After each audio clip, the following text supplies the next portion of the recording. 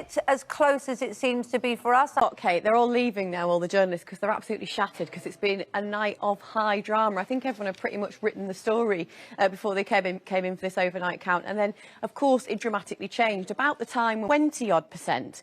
And there's two ways of looking at this. Some are saying that means that the Labour vote is divided, because if people hadn't voted for George Galloway, potentially they would have voted for Labour. But as you say, his whole campaign was pitched around getting rid of Sir Keir Starmer. So a lot of people thought, because of what had happened to Jo Cox, because of the emotional involvement, that Kim Leadbeater would have had it in the bag. But of course, it's not been that simple, and that really does raise questions about how people feel about Westminster, how people feel about Matt Hancock, and how people feel about Sir Keir Starmer and everything that's going on down there. There was also a real voter apathy here, only a 47% turnout. So did people say, you know what, I'm just going to sit on my hands? There are a lot of questions to be answered here, and the pressure is still on the Labour leader and the Tory party, really.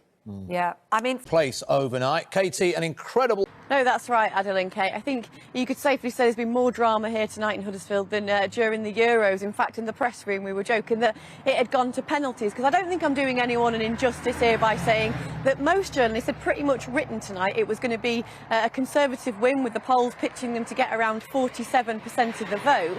And then around the time we were expecting the result to be in, we started to get a sniff that it really was really key in this, many people are saying, and that's George Galloway. He ran Sir Keir Starmer. So people here obviously voting for Kim Leadbeater, but maybe not very happy with the leadership down in Westminster. Nevertheless, Sir Keir Starmer has tweeted his support to Kim today.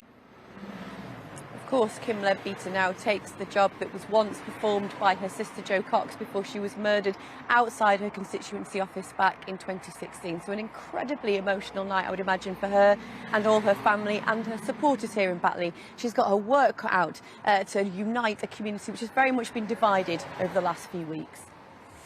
She certainly has, hasn't she, Katie? Thanks very much indeed. More drama than a football match here in Huddersfield tonight. Everyone thought the Conservatives would be the winners, but after 2 rounds of bundle checks, basically the equivalent of VAR, it actually went to Labour by the slimmest of majorities. Now, we're just round the corner from where the count took place at the Harold Wilson statue, because questions are still being asked this morning as to whether Sir Keir Starmer can ever follow in the footsteps of a man like this, who led the Labour Party for 13 years. Many people argue that if Kim Leadbeater couldn't do it, nobody could win for Labour, and that raises questions about the leadership down in Westminster. Meanwhile, she says she just needs to crack on with the job.